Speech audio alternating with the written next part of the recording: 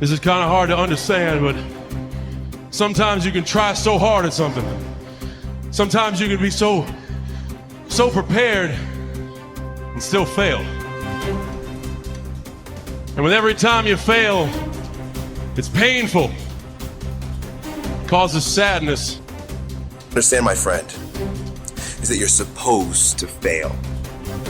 You're supposed to fail because failure is the stepping stone to success.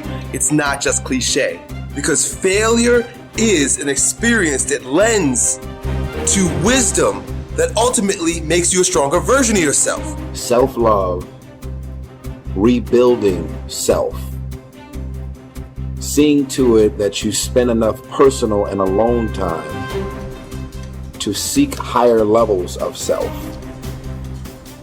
What is the next level of you? Remember, whenever one door closes, there is another door waiting for you. Don't second guess yourself, and don't be so afraid of failing that you create excuses instead of producing results. Every day, you have another opportunity to be and do what you were meant to do on this earth. This decision you're making right now will determine your outcome of your tomorrow. We don't have control over yesterday, but this decision that you're making right now will push you, will purge you, will drive you to have that fire down inside. There has never been a point, anytime, and there never will be, where everything is perfect. Okay? No such thing. Because life is a possibility. Because it's a possibility, it cannot be perfect. Doesn't matter what we do, there's still something more to do. The possibilities when you do this, although unknown, are endless. But one thing is for certain, if you don't push yourself, nothing in your life will change. If you want a thing bad enough to go out and fight for it, to work day and night for it, to give up your time, your peace, and your sleep for it, if all that you dream and scheme is about it, and life seems useless and worthless without it, and if you gladly sweat for it and fret for it and plan for it, and lose all your terror of the opposition for it. Human being, you've got unlimited potential. You can put effort on you, and by concentrating on you and developing you, you can transform your life wherever you are right now. There has to be something so deep in you that drives you. So what really does it for me is I know what we're capable of. And I know that most human beings aren't willing to go where I am. And that's a very, very dangerous thing. I'm not saying I'm better than anybody else. Everybody has this talent. It's not a talent. It's just realizing that we stop way short of our true potential. So through my life, I realize these things. And I know what gives me fuel is I know that most people who are blessed with so much talent, great parents, great upbringing, didn't come from where I come from. They're gonna quit before me. Having all the tools that they have, they didn't have the ability to examine themselves. When you have everything so nice in life, it's great to have a great life. But what happens is you don't self-examine.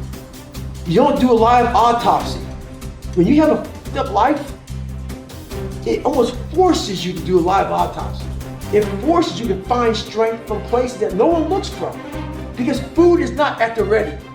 You know, I have a learning disability. It's not at the ready. I can't just pick up a book and start reading. Right. There's preparation behind everything I do. There's everything I do has to come with so much preparation. It's despicable. It makes me sick. My own personal life makes me sick. That's why I'm so disciplined now. Without my self-discipline, there is no David Goggins. Like, I can't stop reading. I won't be able to read tomorrow. I will lose it that fast. I cannot stop going to the gym. My mind is set up in a spot where, hey, the second I stop, it wants to stop. Because I had a quitting mind growing up. When you get beat the shit out of you all the time, your mind wants to go to that nice spot where you're comforted, where you're not trying, where shit is easy. That's where your mind, it doesn't want to think. You have all these things in the mind, and the mind can only absorb so much. So all the pain it has to go through, it wants to push it away and say, let's not do that. So every day I'm fighting where the mind wants to go. So it's a constant evolution, man. There isn't a better way to live your life. There's no right way and wrong way. There is only the way that gives you more energy. There is only the way that gives you fulfillment. When you have those things, when you're fulfilled by what you're doing and it's giving you, the harder you pursue it, it's giving you more energy, you're on the right path. As the Greeks would say, segolodromo, I can't believe I messed that up. Segolodromo, which means you're on a good road. And that's what I want people to understand. Like, yes, I preach a very specific path, but I don't think that it is a universal path. And so the only universal path is to do the things that give you fulfillment and energy. So if spending time with your friends gives you that, then you should be spending more time with your friends. If dating gives you that, then you should be dating. So you don't need to want to be the best in the world at something. You don't need to want to make a lot of money. You don't need to want to be an entrepreneur. They're literally just stand-ins. They're proxies for fulfillment and energy creation. That's it. Many people have had difficult experiences growing up. They have fallen onto hard times and become associated with the wrong people. They have behaved in ways that were illegal or socially unacceptable. Sometimes they have even been convicted and sent to prison for their crimes. But at a certain point in life, they decided to change. They thought seriously about the kind of person that they wanted to be known as and thought of in the future. They decided to change their lives by changing the values that they live by. By making these decisions and sticking to them, they changed their lives. And what others have done, you can do as well. Remember, it doesn't matter where you're coming from. All that really matters is where you're going. If you were an outstanding person in every respect, how would you behave toward others? What sort of impression would you leave on others after you had met them and spoken with them? Imagine you could be a completely excellent person. How would you be different from today? The moment that you begin walking, talking, and behaving in ways that are consistent with your highest ideals, your self-image improves, your self-esteem improves, your self-esteem increases, and you feel happier about yourself and your world. For example, whenever you are complimented or praised by another person, or given a prize or an award for accomplishment, your self-esteem goes up, sometimes dramatically. You feel happy about yourself. You feel that your whole life is in harmony and that you are living congruent with your highest ideal. You feel successful and valuable. Your aim should be to deliberately and systematically create the circumstances that raise yourself. Esteem in everything you do. You should live your life as if you were already the outstanding person that you intend to be sometime in the future. Decide today to be a man or woman of honor. Resolve to tell the truth and to live in truth with yourself and others. Crystallize your values in each area of your life. Write them down. Think of how you would behave if you were living consistent with those values and then refused to compromise them for any reason. Once you accept complete responsibility for your life and for everything that happens to you, and then create an ideal picture of your perfect future and clarify your values, you are now ready to begin setting clear, specific goals in every area of your life. You are now on the launching ramp and ready to take off toward the stars. You have to work on yourself. You have to have an unstoppable attitude, and no excuse is acceptable. And you've got to make it a priority, a non-negotiable in your life, and hold a constant vision of what it is you want to achieve.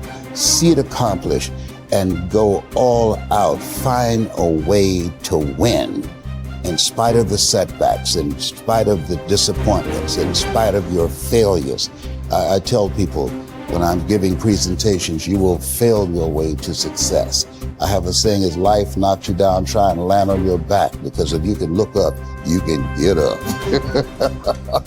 And so those experiences of going after goals that's beyond your comfort zone and having relationships that will challenge you. And so those experiences, they challenge you to go to that next level and continue to move forward in your life, doing new and exciting things that eye has not seen, ear has not heard, nor is it in the heart of mankind what God has in store for you when you live a heart-centered life, deciding that you're going to live a life that will outlive you. You're going to live a life that counts, a life that will build a legacy and change the planet. You know, Horace Mann said, we should be ashamed to die until we've made some major contribution